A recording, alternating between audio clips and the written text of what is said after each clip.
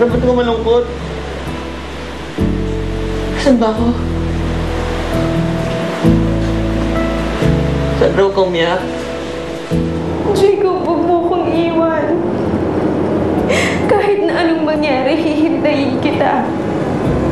Hindi ko alam kung anong gagawin ko kapag nawala ka, Jacob. Magkikita pa tayo muli. Lalaban ako. Lalaban tayo.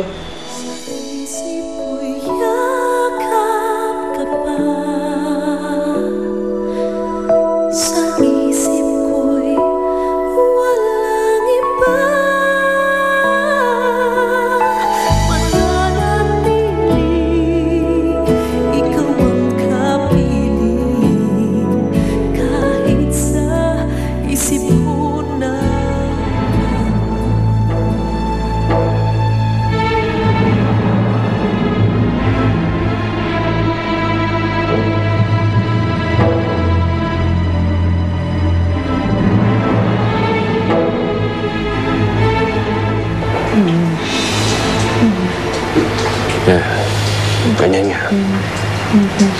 Laban ka. Hindi ka pa pwede mamatay hanggat wala pa sa akin si Sandra.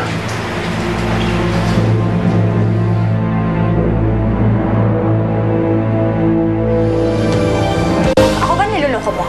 Eh baka naman nagoyo ka na ng lalaking yan. Wala ka talagang tiwala sa akin. Baka gusto mo ng konting ingay, kaya ito, dinalang kita ng radyo. Sound trip ka muna. Kailangan mo nang malaman kung nasan si Simeon. Tayo nang tumapos nito. Si Simeon lang ang pwedeng gumawa ng ganito sa kanya. Makinig ka! Bukod ho sa kanya, may kilala ho ba kayong kaaway o kagalit na pwedeng dumugot ho sa kanya? Si Ma'am Lynette po, yun! Yun talaga ang bruha. May sinasabi ba sa inyo si TJ? Ano ba sabihin nga? Bakit ka ba natatakot? Dahil dun sa sinabi niya kagabi? Ano yun, Jelma? May alam ka ba, ha? Ano ang natatandaan mo sa huling pinag-usapan niyo?